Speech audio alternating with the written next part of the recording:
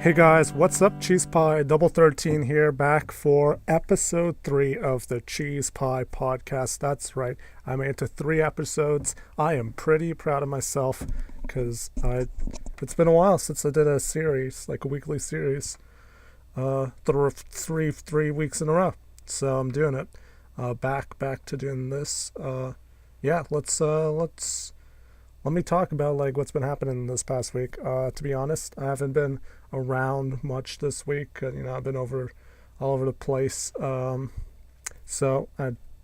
a consequence of that, I haven't been like fully paying attention to what has been going on in the world of the internet and video games and stuff. So just a few minutes ago, I just looked up like, hey, what happened this week? And I've came up with a few topics that I'm going to talk about. So, let's talk about them. Sorry if I'm not the most informed. I don't really have an opinion formed on some of these stuff yet, but hopefully I will be able to make up my opinion, not up the topics, because I have sources that are hopefully factual. I hope, and I'm gonna freaking figure out what is going on here. So let's go into the first topic of this podcast, which is the HTC Vive. Guys, it's pre-orders. Pre-orders are starting for it. So apparently pre-orders are starting on 10 a.m. Eastern on Monday, the 29th of February. So if you were planning on pre-ordering HTC Vive, it's coming out in next week, I guess. Is that next Wednesday, I want to say? Maybe? I don't know. No, next Monday. It says it in the article, Monday. Okay, whatever. Next Monday, the 29th, you'll be able to pre-order it. And let me tell you how much it is going to cost you, the low price of $799 US. Which, okay, I don't know if I've talked about, maybe I did. I feel like I did talk about the price of VR and stuff before in a previous video, but I don't think I was on a podcast. I don't know. Let me check my channel here. It must have been one of the podcasts. But yeah, let me reiterate what I think. So when what's his name, the Oculus Rift guy, he originally kind of suggests the price would hover around maybe $300 for the Oculus Rift. As you probably know, it's actually $600 what it turned out to being, but the Oculus Rift originally was rumored to be about $300. And at that price, me personally, I'm excited by VR, but I don't feel like I don't feel like I need it. I don't feel like it's like, oh man, I gotta play VR. It's gonna be the best thing ever. I'm fine with playing on a freaking TV or a monitor for now. Like, I haven't tried VR, but if I try it, I don't feel like it's something that I absolutely need to have right now. Eventually I want to have one, definitely, but not right now. But at the price of $300, if like once it came out, if I heard like really good things at $300, I might be like, whatever, I'll buy one. Like $300, it's a lot. It's still like a decent amount of money, but it's sort of money. It's like I'd be willing to invest in VR if I heard like really good things once it came out. At $600, no, that's like a giant investment. That's like you've got to plan for that. You're like, I'm not paying $600 unless it's been like, I need to have this. So it's like something I've been wanting for a long time. It's not like an impulse buy sort of thing. Even though $300 isn't really an impulse buy sort of thing either, at least for me. I feel like $300 is more like, okay, I get good receptions. Like, if I'm really in the need for, like, I want to try something new, I'd be willing to pay $300 for it. $600, no. Not really, and it's in Canada, it's going to end up being like $1,000 to order one of those, which is even more ridiculous. But yeah, so it's something like it's a big investment, and I don't want to invest that much into an early version, like into the first generation, when obviously like at the beginning of most like new technologies, the jump from the first version to the second version is a lot bigger than the jump from like the sixth version to the seventh version, right? So early on, it's more worth it to wait than it is later on. Like if we talk about the iPhones, the difference between the iPhone, the second iPhone, and then the iPhone 3G or whatever, there was a big jump between that. But now these days, the jump between the 5 and the 5S is not much. 5S to 5.6 there's a bit of a jump, but like there's not as much as it was early on when the iPhone came out, right? So at $600 I wouldn't want to make an investment into an Oculus Rift. And plus, just seeing what the HTC Vive is. HTC Vive, if you don't know, it's like full room scaled VR, right? Virtual reality, where you can like move around. You could stand up. You can walk around the room, and it tracks you. Let's see what it comes with. In the pre-order thing, it looks like it comes with the headset, plus the 2 tracking things, which basically is what helps you track the whole room, and then 2 handheld controls, which track your hands. Basically, they can act as like guns or actually hands themselves to allow you to pick up stuff. And that just seems a lot more appealing. Like if I'm going VR, like I might as well go full out and do room scale VR rather than getting the Oculus Rift and me just sitting there with it on my head and me using an Xbox controller. It basically just acts as a different kind of display, where the HTC Vive acts as a full room, as like a whole new medium, right? I know the Oculus has like a tracking system too, which you can probably set up to do like room scale stuff, but it's extra, right? You got to pay more to get those extra tracking peripherals and stuff. Whereas the HTC Vive, that's what it's meant to do. You know, everyone that gets the HTC Vive is capable of doing full room, stand up, move around VR, because they have the hardware to do it, and it comes with that hardware, right? So overall, I think having it priced at $800 is pretty good.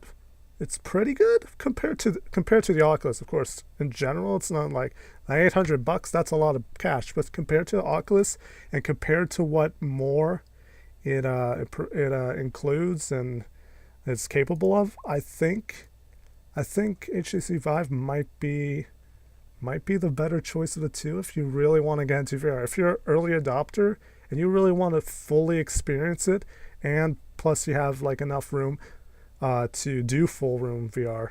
Like I know it can support like smaller areas, but you know, if you're like in a dorm room or something, it's gonna be pretty difficult to do room scale VR in some small dorms if you're like a university student living on res or whatever. So, you know, or if you have like really a small apartment or whatever. So I think $800 is a pretty decent. I'm not surprised by it, and I think what they're offering compared to what we already know with the Oculus Rift, which was $600, $800 is not like I could see how it's valued at $800 when you compare it to the Oculus. Overall, I feel like they're both are a bit overpriced to really like, you know, to really allow the VR market to like just boom, right? I think it's still going to be hard to get that audience that they want at that price, like how mainstream they want VR to be when it's $600 or $800. But comparatively, I think the value of the HTC Vive over the Oculus Rift, it's there. And I think if you want to go into to the first wave of VR, I'd probably go with the Vive, even though it costs too much, or not too much, $200 more. I don't know why I said too much. It just kind of rolled off my tongue. Oh well. Anyway, that's Oculus and Vive stuff.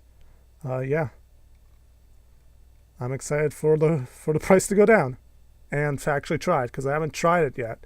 I haven't even tried VR. Come on, what is wrong with me? Yeah. Anyway, that's the HTC Vive. Okay, that's that. Next topic. So if you haven't heard, Black Ops has had a bit of news recently in the PC world anyway. I think the DLC is supposed to be launching early in March, but that's not what I'm talking about. What I'm talking about right now is that Call of Duty Black Ops 3 has a multiplayer only version on Steam. You can buy a version of Black Ops 3, Call of Duty Black Ops 3, that only has the multiplayer version. That's pretty big news. That's pretty big news because no other Call of Duty has ever been multiplayer only, as far as I know. Like, they've always had that single player. It's always like, okay, you're buying Call of Duty, you're probably gonna get, there's like three main components to it. You're gonna get your campaign story mode. You're gonna get some additional like wave-based mode, which is sometimes zombies, sometimes some other like wave-based murder mode, and then you got multiplayer. And there's a lot of people I know that are like, I don't care about the story. I'd even play the single player portion. I just got for multiplayer. And for, was it $20? It's $19 Canadian, so maybe that's $15 or something. You can get the multiplayer only, which is pretty, like, you feel like the multiplayer is at least half the game, and it's less than half the price, which is pretty intense. Like, I'm curious to like what went on behind the scenes at Activision that made them consider and decide to go with this. I think it's only for a limited time. Yeah, it's until February 29th that you can buy this version. So it seems like they're just testing the waters, seeing like how well a multiplayer only version of Call of Duty would be. But yeah, I don't know. I already have Black Ops 3, so I it's not really a choice to me whether I would buy this multiplayer only version. But the thing is, even if I didn't have the game, I wouldn't buy the multiplayer only version, because let me go through what the multiplayer version doesn't include. So it doesn't include the campaign. It doesn't include the zombies mode. It doesn't include custom games. So it seems like you could only do the online matchmaking.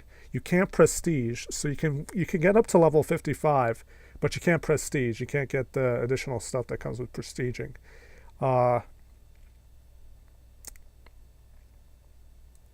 Let's see. I can't access the other Dead Ops mode, which is the other two zombie modes. And then the big thing is you won't have access to the unranked server browser. So soon, apparently, they announced this before the original game was released, but you'd be able to in the future have access to the server stuff, so you can run your own server and play Call of Duty on it. You won't be able to access that with this version.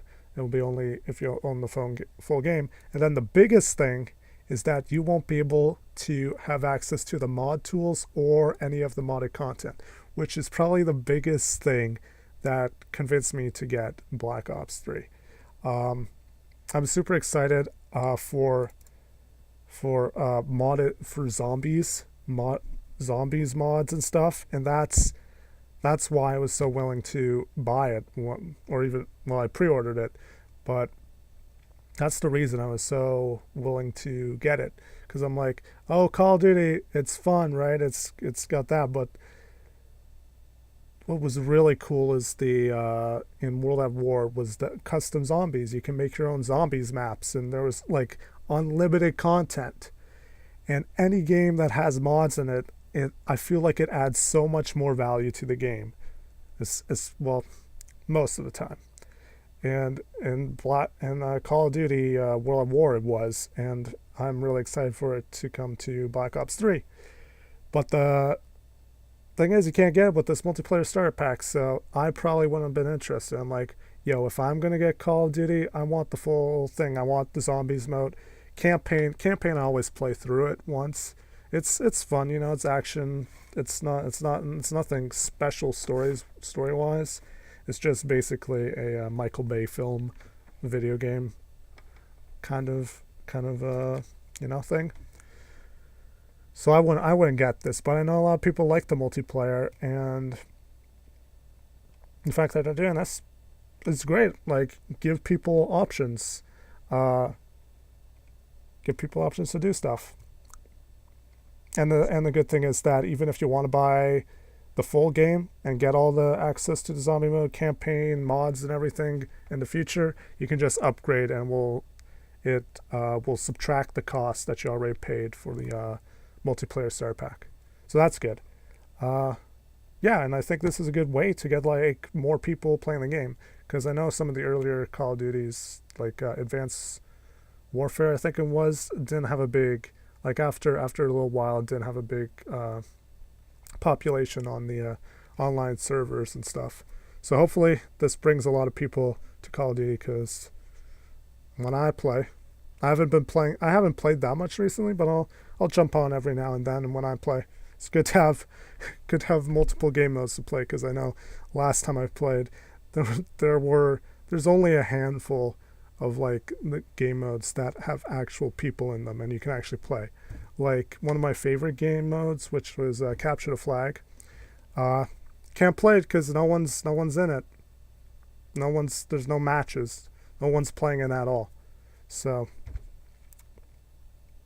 yeah, hopefully this brings more people. Hopefully, yeah, like some games live and die by the online, the amount of people they have online. And it's sad when you buy a game and then you can't play a bunch of it because not enough people are playing the game.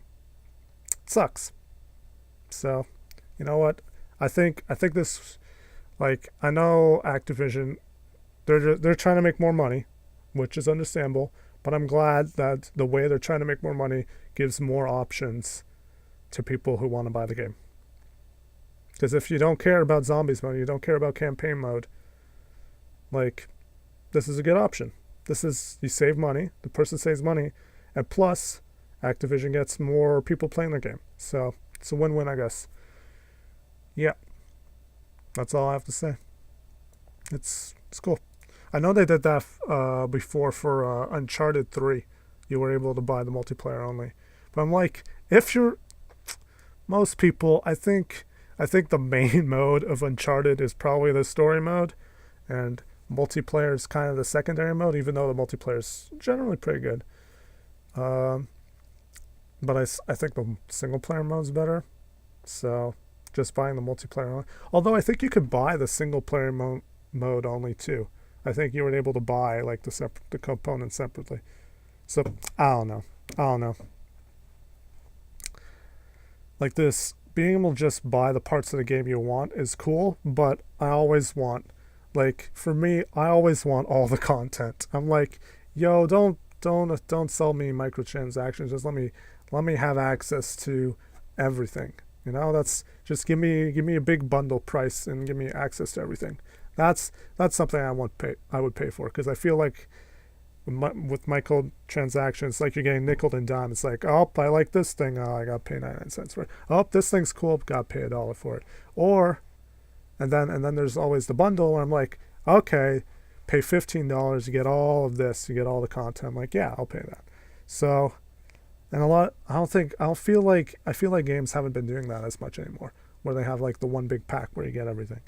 And I want that in my free to play games. Like, yeah, I don't know. I like I much prefer the model of like pay $60 and get everything rather than pay for play for free, but you have to grind a lot, or you have to pay 99 cents for every single thing, every single skin or whatever you want in some game. I don't know. That's just what I prefer. I know a lot of other people that probably save a bunch of money with the microtransactions because like I only want this thing, so I'll buy this one thing, pay 99 cents on the game. And then there's other people who are like, oh man, they spend like way more money. They spend like thousands of dollars in the game compared to a regular 60 because of the microtransactions. It just, I don't know. Like if you got that money to spend, sure, whatever. You're keeping the game alive for the people who either can't or don't want to spend money. So I don't know. These different financial models, they're they are what they are. Like I don't know. Let's move on. Let's move on. What's next on my list? Oh yeah, so this little tiny game, this little tiny indie game, is going to be getting some DLC, and it's called Fallout 4. Yeah, it's not a tiny indie game. So let's talk about this Fallout 4. So they announced their first set of DLC. Together, all the DLC is going to cost $40, at least what they've launched now. Overall, they plan to have like over $60 worth of content in the season's pass. But right now, all the DLC, if you buy it all separately, it costs $40. You can still buy the pack up until March 1st for $30, I think. So that's like half price saving if they offer over $60 of content for that $30 season pass price.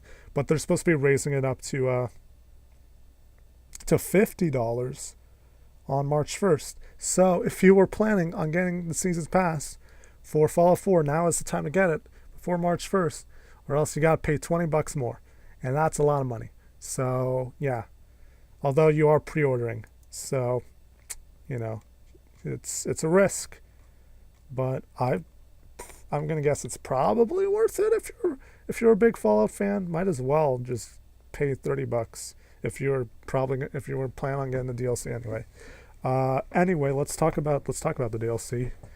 First piece of DLC is called Automatron, and this one is $10 US, and it is. Let me read the thing.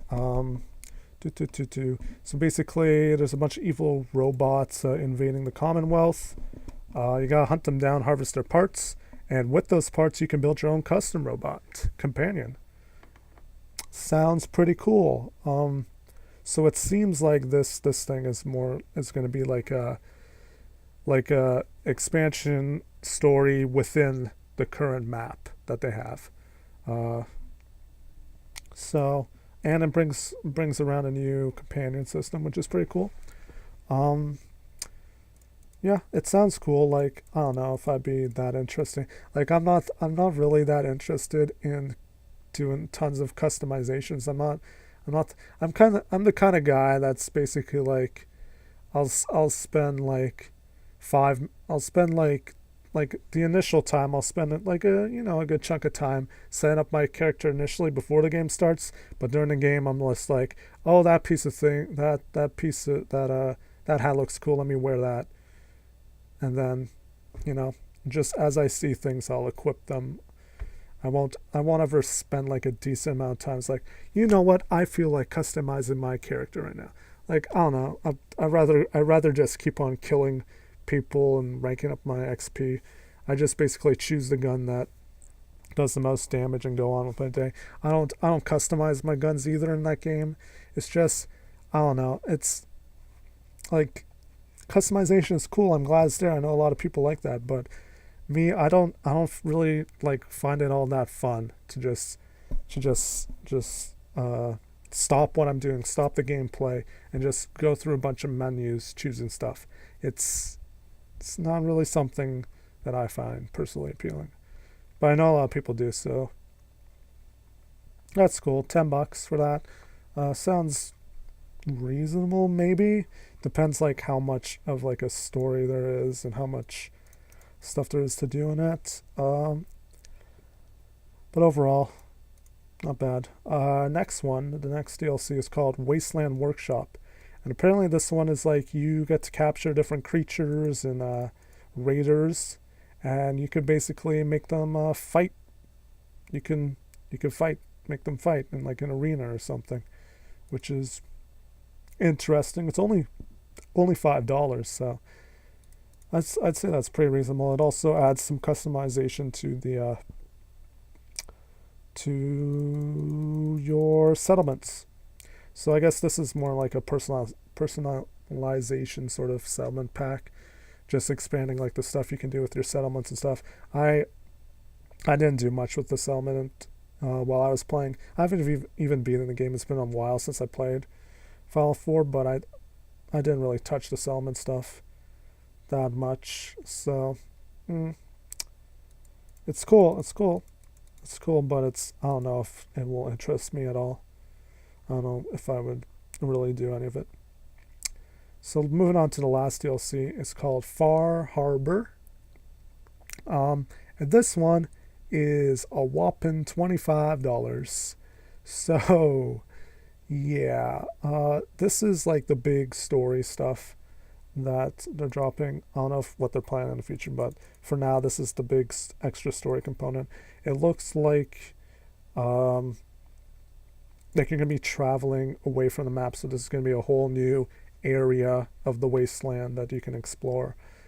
And apparently there's some big stories, more quest settlements, lethal creatures and dungeons, and then you got more powerful and new armor and weapons to get. So for $25, that's a lot, because I know some of the other, like $15 seems to be about the range of added story content, but $25, that seems like a lot. So they better have a lot of content in there for it to be worth that much. If they're asking that price, I'd assume there's a lot of content, but I don't know. Hopefully they don't disappoint. Yeah. Overall, I guess it's more DLC. It's not. I'm not too surprised with the DLC. Interesting that it's not all story content. It's some. Well, there's kind of a bit. The first one's a bit of story. I don't know. I overall like. I played a lot of Fallout 4 in the beginning. Well, not super a lot, but I played maybe like 10, 20 hours maybe. I want to say Fallout, and then I kind of trailed off. I haven't played in a while. I definitely want to go back and at least beat the story mode.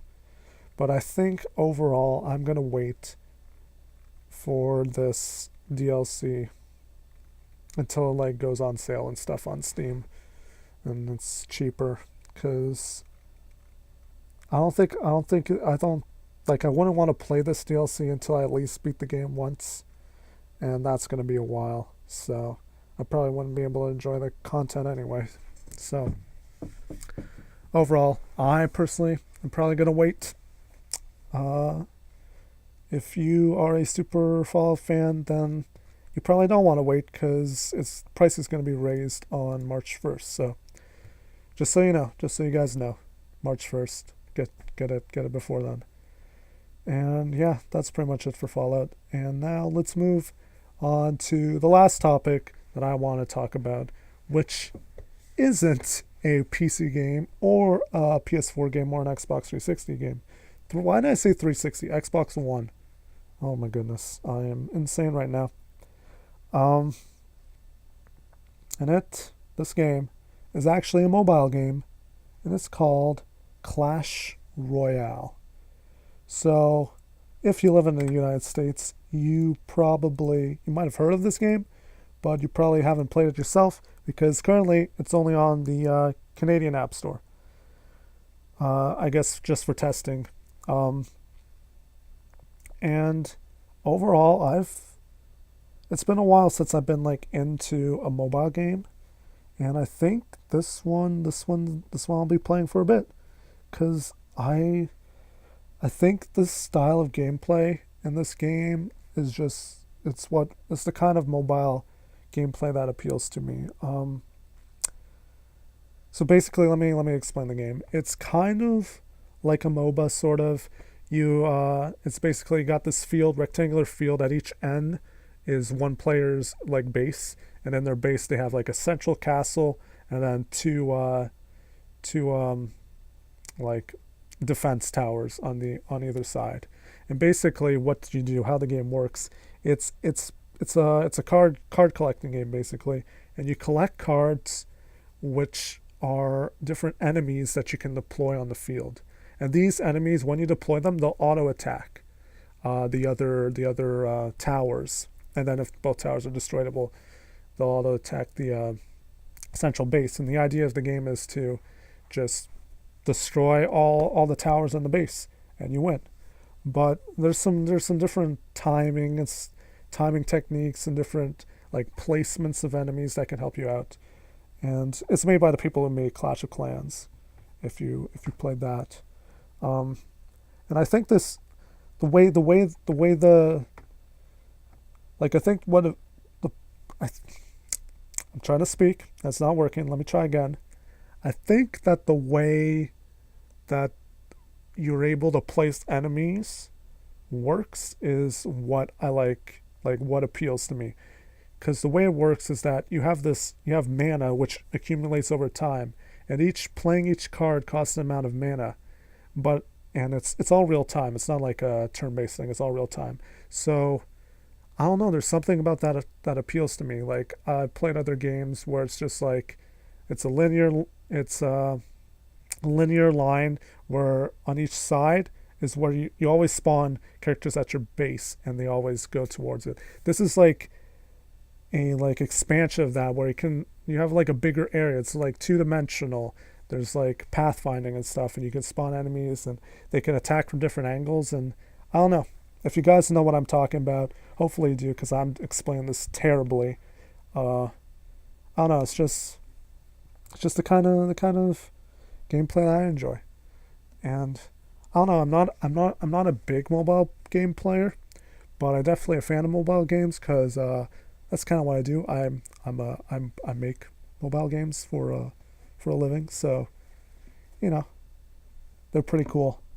Uh, but I'm just more of a fan of like bigger experiences. More like longer play session experiences, to be more exact. So I don't know. It's a cool game if you're a Canada, if you wanna check it out.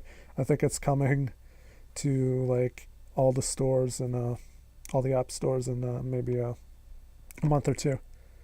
Clash Royale, not bad. They probably don't need any more promotion because they're made by the people who made Clash of Clans, and over already like it takes like 2 seconds to find a game, and so they probably got a lot of people playing it already. So that's it is what it is. Yeah, I don't know. I feel like I haven't been like the best at explaining stuff in this podcast. I don't know. I'm a bit tired. It's later at night. Anyway, yeah, that's the Cheese Pie podcast. I hope you enjoyed it. If you got any comments, got anything to say, post it in the comments, and I won't read it because I'm too lazy. Anyway, I'm Cheese Pie Double 13. I hope you enjoyed this episode of the Cheese Pie podcast. Hopefully, I'll see you next week, and hopefully, I'll be able to explain and talk better because right now, words are not flowing out of my mouth as fluently and as, you know, bleh, basically, yeah. Yeah, I'm just going to stop talking now. I'm done. Peace out. Bye.